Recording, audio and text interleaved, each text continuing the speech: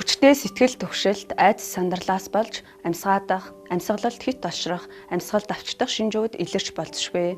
Энэ үед амьсгал давчдахыг намжаах зорилгоор цаасан уут руу амьсгалуулах аргыг хэрэглэнэ. Цаасан уутаар хэрхэн амьсгалуулахыг танд зааж өгье.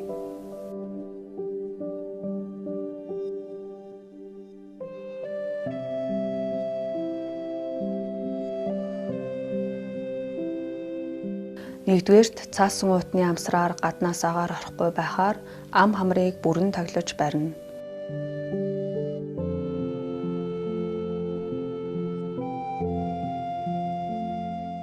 Хоёрдугаарт цаасан уут руу 10-аас доошгүй удаа аль болох тайвнаар амьсгалуулна.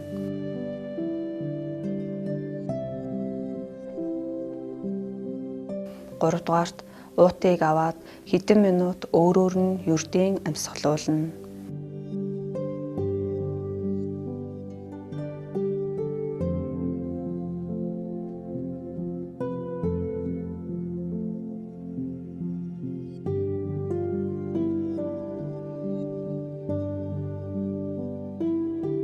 Цаасан уутан дотор амьсгалах явцад тухайн хүний цусан дах химийн найрлаганд өөрчлөлт орж амьсгалалт хэвийн болно.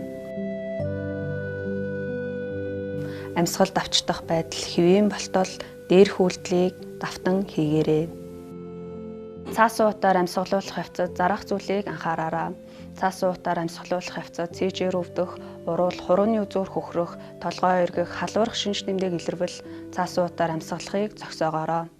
Тархины гэмтэл, уушигны өрөвсөл, чихрийн шичин өвчтөө хүмүүс дээрх аргыг болгоомжтой хийгээрэй. Зөвхөн цаасан уут ашиглана.